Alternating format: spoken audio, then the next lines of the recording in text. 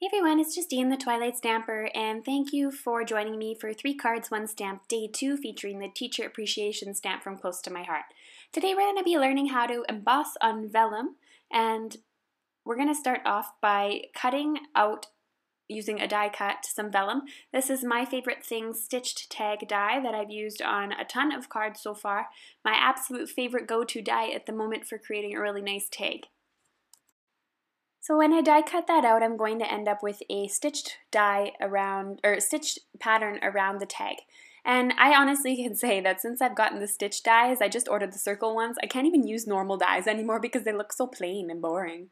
Anyway, I'm going to set up my stamps onto my tag that I'm going to be using. I'm going to be using this globe.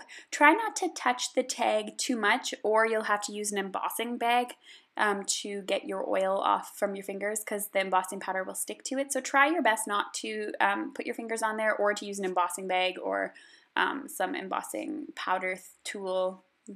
Yeah, anyway, I'm going to stamp these down here using Versamark ink. And I picked both of them up at the same time using my Fiskars stamp press. This is my favorite thing to use because it eliminates the use of blocks. We're just going to quickly ink that up and get a good amount of ink or coverage on here. You want to make sure that everything is inked up well because there's some solid images on here.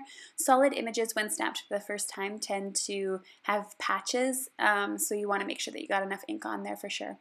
You're going to put even pressure as you stamp it down and make sure that it's centered. And then we're going to use some white embossing powder. I'm using Ranger Superfine embossing powder to cover this in white. So I'm just using a Tupperware container to catch the remainder of my embossing powder. Usually I don't pack my spoon in there. I'm not sure why I did that. I must have been in a hurry because then your spoon gets cluttered with embossing powder and it doesn't really fall off, so you end up wasting all of that. Anyway, I'm just going to go along here and make sure I have all embossing powder all over my image. And I always put a ton on there because it's better to be safe than sorry. And then I usually flick off the back into the Tupperware container so that none of the rest of the embossing powder stays on anything else. So now that I've done that, I'm going to grab my heating tool. And I already had it preheated. It's really important to let it run for about a minute before applying it to vellum so your vellum doesn't warp too much and that the embossing powder melts right away. So you can see it only took, I'm not in fast time or anything, it only took about 5 seconds or so to actually emboss that. So now that we have our tag, I'm going to be adding all of my little pieces of pattern paper to my card. I just cut a bunch of random pattern paper from the Chalk It Up paper pack. I used this paper pack and the stamp set for all the cards in all 3 videos this week for the 3 Cards 1 Stamp series for May.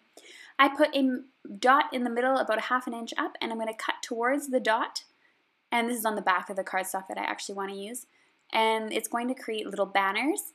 The more you do this, the more practice you're going to get and the better they're going to look. In the beginning, mine looked awful and super uneven, but now that I've gotten the hang of it and I do it quite often, I no longer have to use my Cricut to cut these, and it just saves a lot of time and a lot of money if you're investing in die cuts or things like that.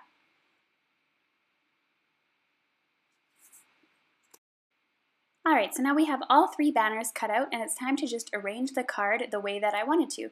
First, we're going to start off with the card base, which is 11 by 4¼ inches, and then I scored it at 5½ inches in the middle to create a top folding card, and I just scored that using my bone folder.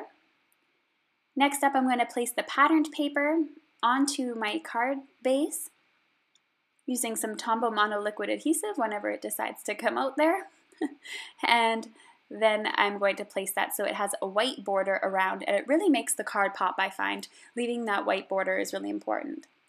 Next up, we're going to go in with all of our little pieces here, and I'm using the zip strip, which is the piece that comes on the top of the patterned paper from Close to My Heart paper packs, and it's usually a little border that goes well with the paper. So I added that to add a little bit sort of graffiti onto the card, you could say, and then I decided to glue my banners down. This long one in the middle could be cut down about even 1 inch actually if you're interested in doing that, because it does overlap the one at the bottom, but because it's black on black I didn't really mind. I covered the border, the white border, with these banners. I thought that looked really nice, and adding a little bit of extra color to the card was important here. And I just overlapped each banner on top of each other, and you can see that that black one's actually covered up, and it's really not too noticeable that it's too long, and it's really not that noticeable in general that it's there. So now that I have all 3 of those placed down, it's just time to put on the tag. Now I did this off screen because it takes quite a while, but all I did was place a few 3D pop dots underneath the spot that was embossed. So you're not really missing anything as far as what I did, but yeah, again, just stick the 3D foam tape underneath the globe and the areas that are covered.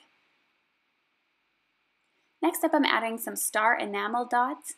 I always put these in uneven amounts because it's more attractive to the eye. I learned that the reason why that is because when it's in an even number, your brain tries to sort them, and when they're in an odd number, the random pattern is okay. And it's kind of interesting. Just thought I'd throw that in there. So I added 3 little pop dots to or 3 little stars, and that's the end of my card tutorial today. So I hope you enjoyed 3 cards, 1 stamp, day 2, and follow me for day 3 on Friday.